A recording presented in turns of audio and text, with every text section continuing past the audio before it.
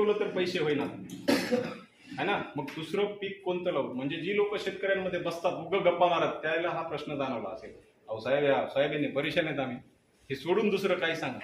तर दुसरं कोणतं पीक असेल सांगा बरं, सोयाबीनला जे थांबवेल त्याच्या जागेवर दुसरं घेता येईल सांगता येईल का?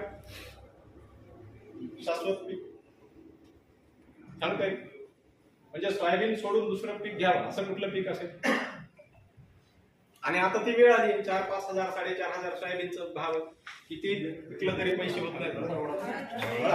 बरोबर आहे, हिंगोली पुरत आहे. आपण जेव्हा महाराष्ट्राचा विचार करतो तेव्हा काय, तेव्हा कापूस घेऊ. हाच मार्ग आहे. कापूस हा एकमेव मार्ग आहे. सोयाबीन थांबल्याच्या नंतर शेतकऱ्यांनी काय करावं तर कापूस लागवड करावी लागेल. कापूस पण परवडत नाही. मग हे सगळ्या गोष्टी आहेत ते काल सांगितल्याप्रमाणे झालंय. मग नाही काल नाही, अजून एक दुसरं उदाहरण सांगू का?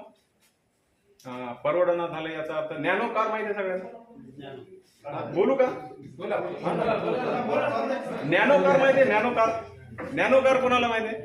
सगळ्यांना माहिती. नॅनो कार कोणी तयार केली?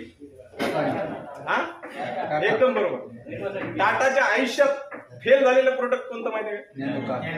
टाटाच्या पूर्ण आयुष्यात सुईपासून तर पार कशापर्यंत बी टाटा आहे, पण टाटाच्या आयुष्यात फेल झालेलं काम कोणतं माहिती आहे? Nano car.